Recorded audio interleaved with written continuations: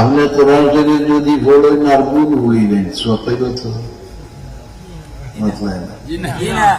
আমরা ভুল হলেই দিই না, শুদ্ধ হলি আল্লাহ শুদ্ধ হবার তো বহুত কম মানুষ এখনো।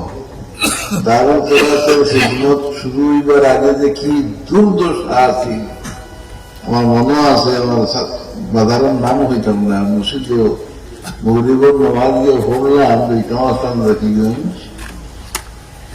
নামাজ পড়লাম তো ইমাম সাহেব নামাজ পড়িলা আমি নামাজের দোয়া বাদে বললো তাই আমার পরিচয় হয়ে আমি মোলাকাত হল্লা আর হইল আমি 50 বছর ধরে মসজিদের মতো করি। আর 1.5 টাকা থেকে বেতন আরম্ভ হয়েছিল, এখন 5 টাকা পর্যন্ত হয়েছে। বুঝলেন কি তা হয়েছে আমাদের শুরু হয়েছে 100 টাকা থেকে, আর 50 বছরে হচ্ছে এই খেরাত আছে যে খেরাতে আমার নামাজ হয়েছে না, আমি দুয়ার্থে হয়েছি। দারুল কেরাতের খিদমতের কারণে আল্লাহ তাআলা খাস রহমত করছেন সিলেটের উপরে।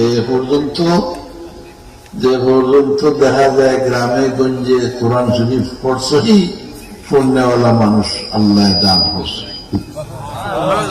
সহি পড়ে ইমাম সাহেব বুদ্ধি লই যায়, ইমাম মুক্তি বুদ্ধি ধরে দেয় এ আলবায়, কিন্তু কেরাত ধরে দারুল কেরাত মসজিদে ফুলতলির অবদান। আল্লাহ তুমি এই প্রতিষ্ঠান ধরে আরো তরক্কি দান করবে। কোরআন শরীফ পড়িলা যদি ভুল হলেন সব তো হইতেও নাই, উল্টা আরো গুসা আল্লাহর গজব কত আনবে। এই কথা হাসান আমি যা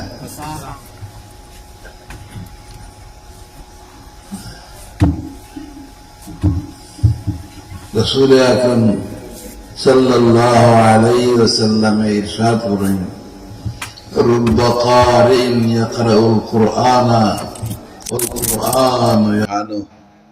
বহুত কারি হলে কোরআন পড়েন আর কোরআনে তারা লানত দেয়, নাউযুবিল্লাহ। কাজেই আপনি ওয়াজ যদি করেন খুব সুন্দর মিষ্টি সুর দিয়া, আর মিশা কতখান হইলেন আর ওয়াজ হইলা মানুষ উনিয়া হইলা সাবাস মিয়া সাহেব ওয়াজ করার লাগান করছেন। যদি ভুল ওয়াজ করিলেন তাই সওয়াব পাইলা না গুনাহ পাইলা? গুনাহ পাইলা। আর আমি